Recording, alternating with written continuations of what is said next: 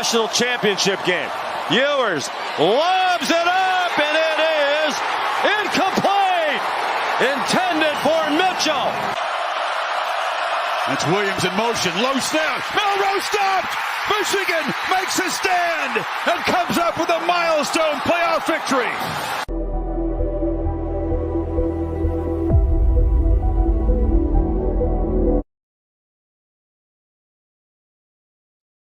We are at halftime of the college football playoff national championship game.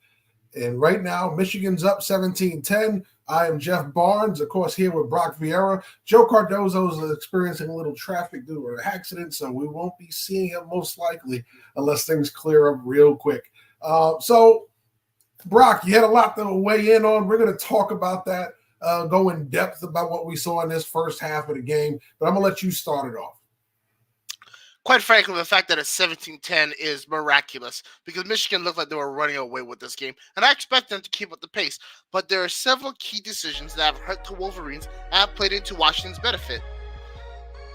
You got to look at just the sheer fact that they were able to execute at a level that Washington is just not used to, especially in the run game, especially in their ability to stop them defensively in certain ways. Dylan Johnson isn't playing up to par, yet they're in this game because they weren't able to capitalize on the fourth down opportunities. Until they're able to fix that, it's anyone's game.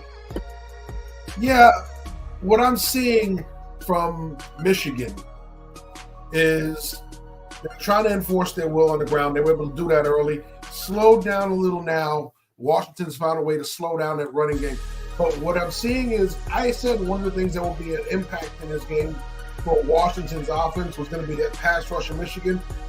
They're concerned about it too. A lot of quick throws, getting the ball out of Michael Penix's hands fast. They do want to try to run the ball, but most of those throws are quick timing throws, screens, quick RPO throws, getting that ball out quick in the quick game. They are not really going with the deeper throws.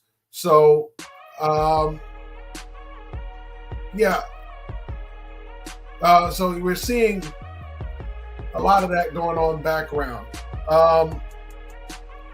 Sorry, there's a little technical issue going on, but we got it. I'm really seeing a lot of that going on with that. They're really affected by that pass rush. So they've tried to go in immediate. They've gotten to Michael Penix. They've hurried him a few times. They've hit him. They haven't. They did get the one sack on him. But, it's been a lot of quick throws, a lot of getting that ball out before the Michigan pass rush can get there. They're trying to negate it that way because the running game isn't consistent enough to negate. So, kudos to Washington for having a plan.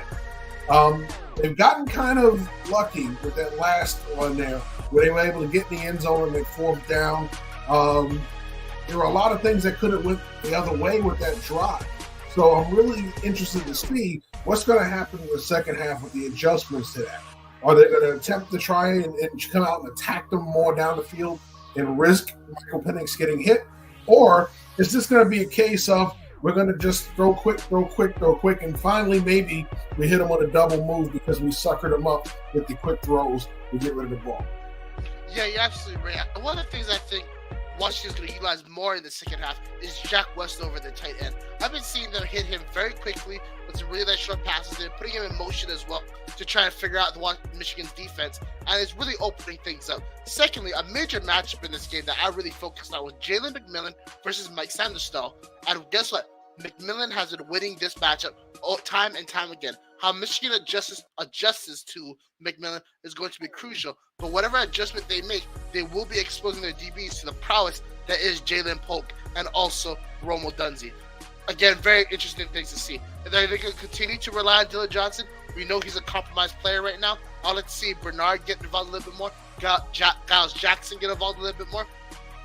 Just seeing some of their all-around playmakers really get better. The one Achilles heel right now for Washington is their guard, Julius Below. He has not played a great game so far. He had a pre-snap penalty in that red zone situation to end the half. He missed a crucial block that prevented Dylan Johnson from getting to the end zone. He hasn't been playing up to standard so far.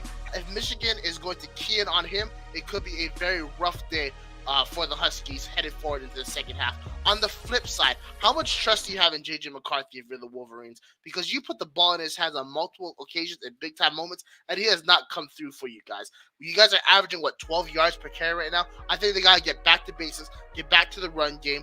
Where has this Donovan Edwards guy been this whole year? Because I remember when he broke out last year, and we were just going crazy about him, but I think that now he's getting back to standard. You got to rely on him a little bit more. You got to rely on Mullings a little bit more. You got to rely on Corum a little bit more.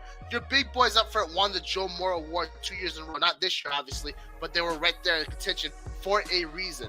You let those guys go out there, continue to dominate, and stop making J.J. McCarthy the MVP. Or at least stop trying to do that, because it's not happening. Run the football, get this dub, get out of Houston. Indeed. I think McCarthy was playing within the system in the first half. He had the big throw down the field early. What you want to see, though, are better decisions. He's throwing the quick outs to the outside, but he's not taking the windows inside.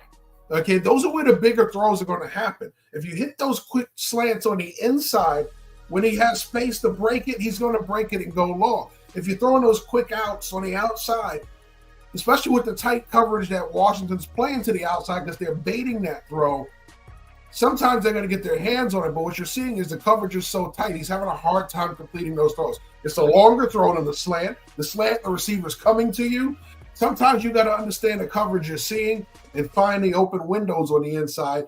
Catching that man on the run, going down the field is a way better throw than throwing it to the sideline when he's breaking to the sideline as opposed to the goalpost. So sometimes you got to let them hit the guy in the stride, let him hit his head on the goalpost. Yeah, absolutely. We kind of saw the development of that early with Cornelius Johnson. I thought they were really going to go back to him a lot, just like how they did a couple years ago in that Michigan-Ohio State victory up in Columbus. But for some reason, I don't understand what is the point of this offense. Right now, McCarthy is 5 for 11 for 81 yards. Corum has 8 carries. Mullings has 3 carries. Origi has 2 carries, right? And then you guys see this ball distribution, but the guy who has 93 yards and 2 touchdowns on the ground, Donovan Edwards, only has 3 carries of the football. Unacceptable, in my opinion. They need to give him more opportunities. Michigan is getting in their own way, and until they're ready to drop the whole J.J. McCarthy agenda that they got going on, trying to make him the great player of this team, even though it is a team effort, they're not going to be able to pull out this victory against Washington. As the broadcast has been saying before we got to halftime, Washington is going to come out with the football. Hypothetically, if they score, the pressure is going to be turned up on Michigan. How they respond offensively will dictate this game. And I have a very bad feeling they're going to make McCarthy throw the ball and put himself into uncomfortable positions that is going to lead to devastating results for the Wolverines. I hope I'm wrong, though. Well, I'll tell you what I'm seeing from Washington. At some point, you're going to have to find a way to protect Michael Penix. You're not going to get too many drives like that one you just had before the half, where you were able to slowly but surely work your way down the field. Right now, Michigan's allowing you to try to run the football. They don't believe you can do it consistently. They're allowing you to dink and dunk down the field. They know you run out of real estate in the red zone, as you've seen a couple of times already. It led to the field goal. It led to that fourth down touchdown that they finally got in the end zone on. But what you're seeing is Michigan saying, we're going to attack you with our 4-man pass rush. We're going to mix it up. We're going to give you different looks. We're going to try and confuse your protection. And when you think you got us figured out, we're going to bring that slot blitz. We're going to bring that man from depth. We're going to do a couple of things to add 5-man pressure here and there. But they're not going to overshow their hand. They're not going to leave that secondary naked one-on-one with zero coverage. They're going to at least keep one high safeties back there to take away that big throw. So the intermediate game has got to open up, but you got to protect them for it to open up. They were able to hit that one comeback where they had the 15-yard comeback in the seam for a first down. But once again, what they were trying to avoid, the pass rush getting close to Michael Penix, it got there. So you got to protect them. You got to come up with a plan for that. They're trying to do a couple of things, some short sprint outs where they're sliding protection this way off of play action. That's one way to do it.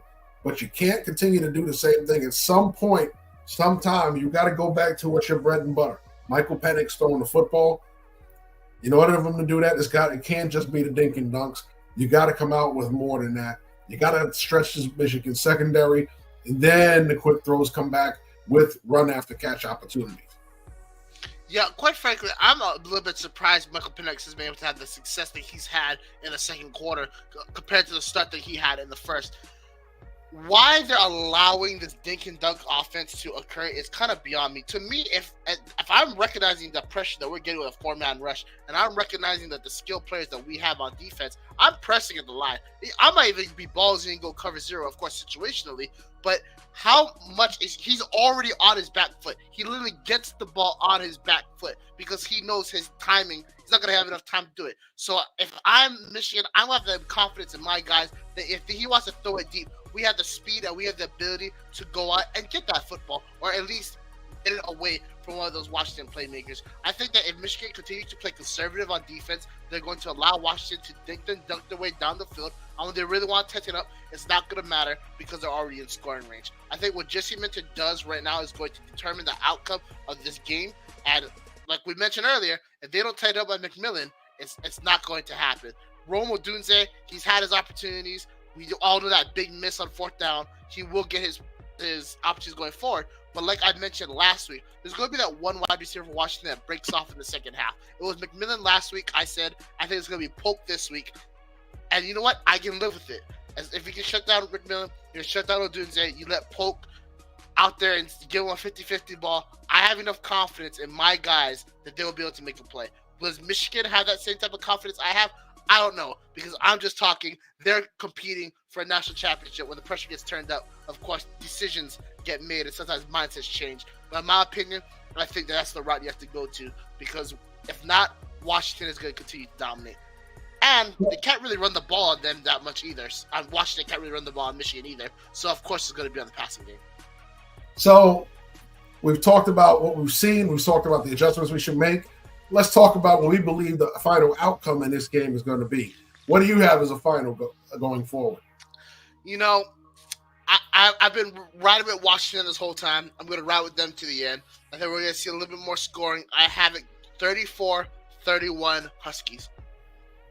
Yeah, I thought Washington would be the tougher test than Texas for Michigan in this game.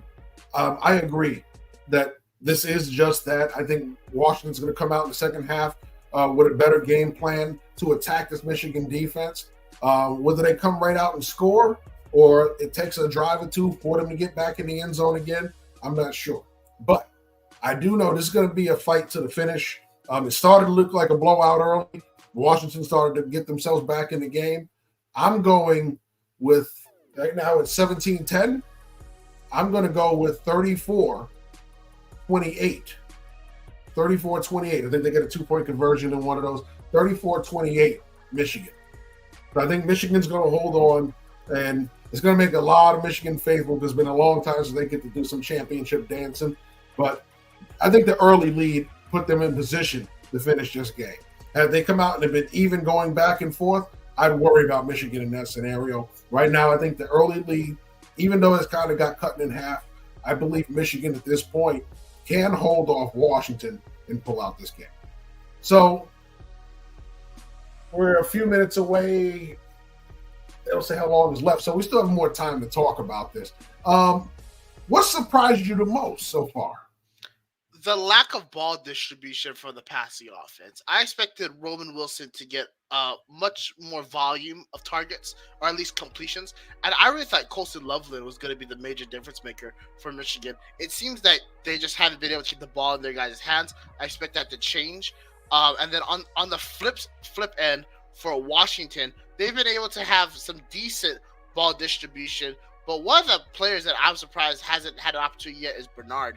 I can't remember his first name. I'm surprised they haven't run that Wildcat package with him yet. I expect that to happen in the second half. I look forward to seeing how Michigan responds to it.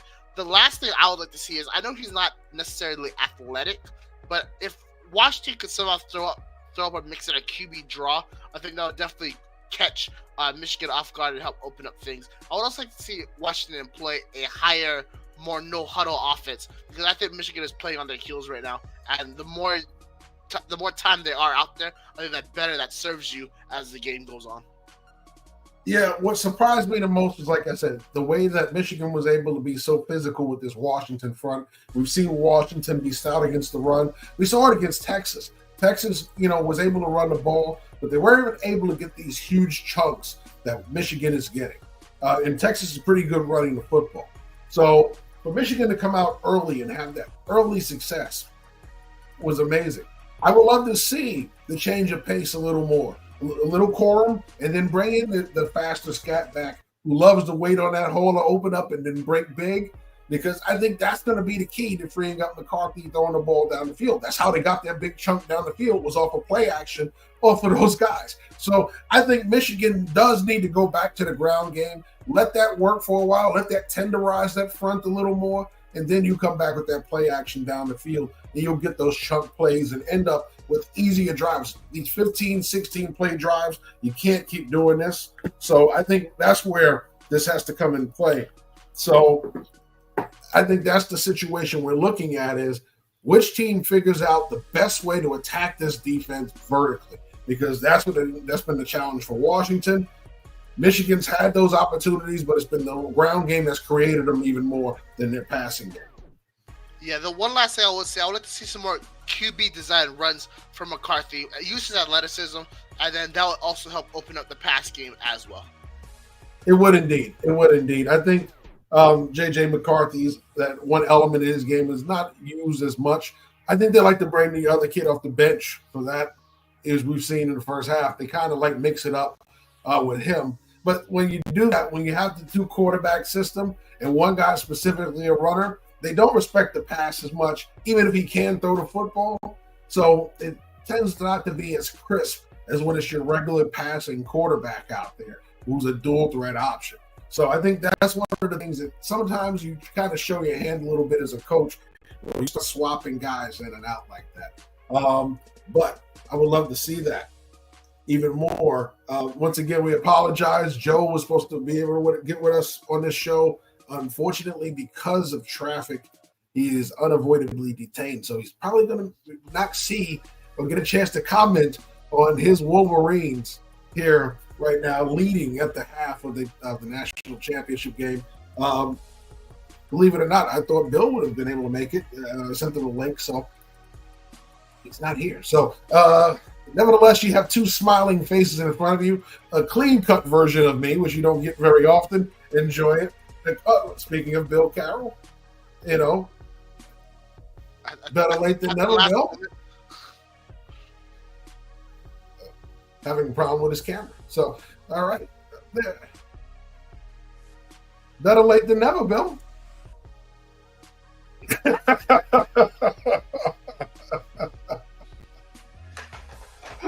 So, before we get back to the second half of action, let's get your take on the first half so far. Well, if they're going to allow Michigan's offensive line to hold, it's going to be a very long night for the Huskies. They already have a distinct advantage in the trenches. If you allow them to get grabby also with it, that's a tough way to go. As I'm sure you've already mentioned many, many times, when you have Rome Odunze, you have Jalen Polk, you have the lovely and talented Mr. McMillan on top of that. If you don't do anything else with them but use them as a decoy, I can kind of see why you're doing it. But if you are going to use them as a decoy, if you're going to run those guys deep and try to take coverage away, then attack with someone else. Get some digs deep down to your tight end. Hit somebody off play action and run those guys on clear offs.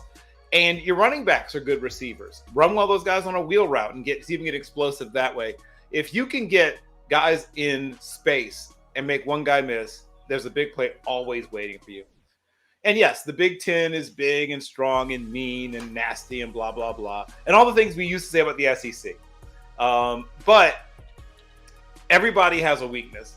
And Washington has two things that at least can help them. We talked about their wide receiver group, which is truly special and rare. But to have three, these guys are probably all going to go in the top 100 or so picks, and some of them in the top 20 or so picks.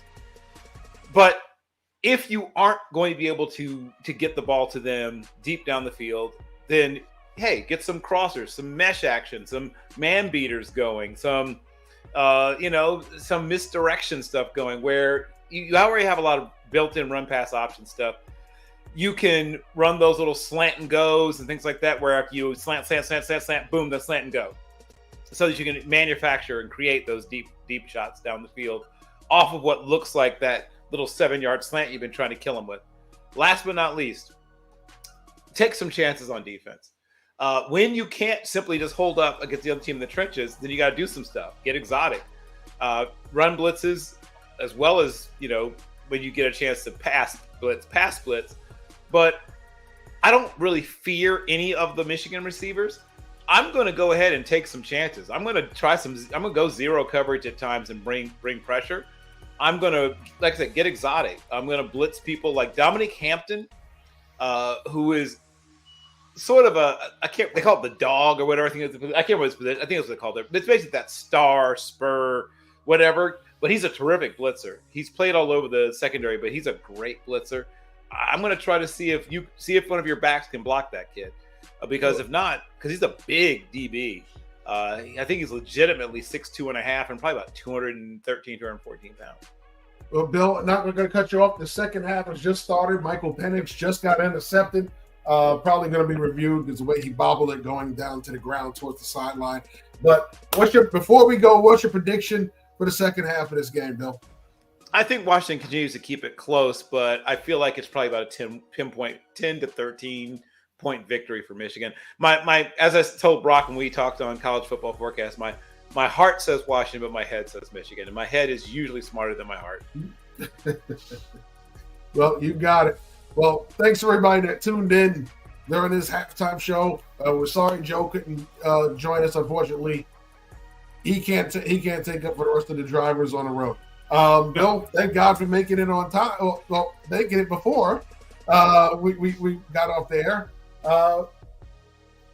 I'll be seeing you soon for the draft show. Very soon. For Draft Very Central. soon. So we'll be and hanging. We're going to drag Brock in a few times also. Oh, absolutely. Listen, it wouldn't be a draft show without Brock popping in every once in a while. Yes, sir. All right, everybody, thanks for watching. Listen, what was that, Brock? Look forward to it, gentlemen. By all means, man. Listen, we love having you on. Thanks, everybody, for watching. Enjoy the second half of action. We're not going to talk over the action. We're going to let you watch in peace. Thanks for watching. See you after the game.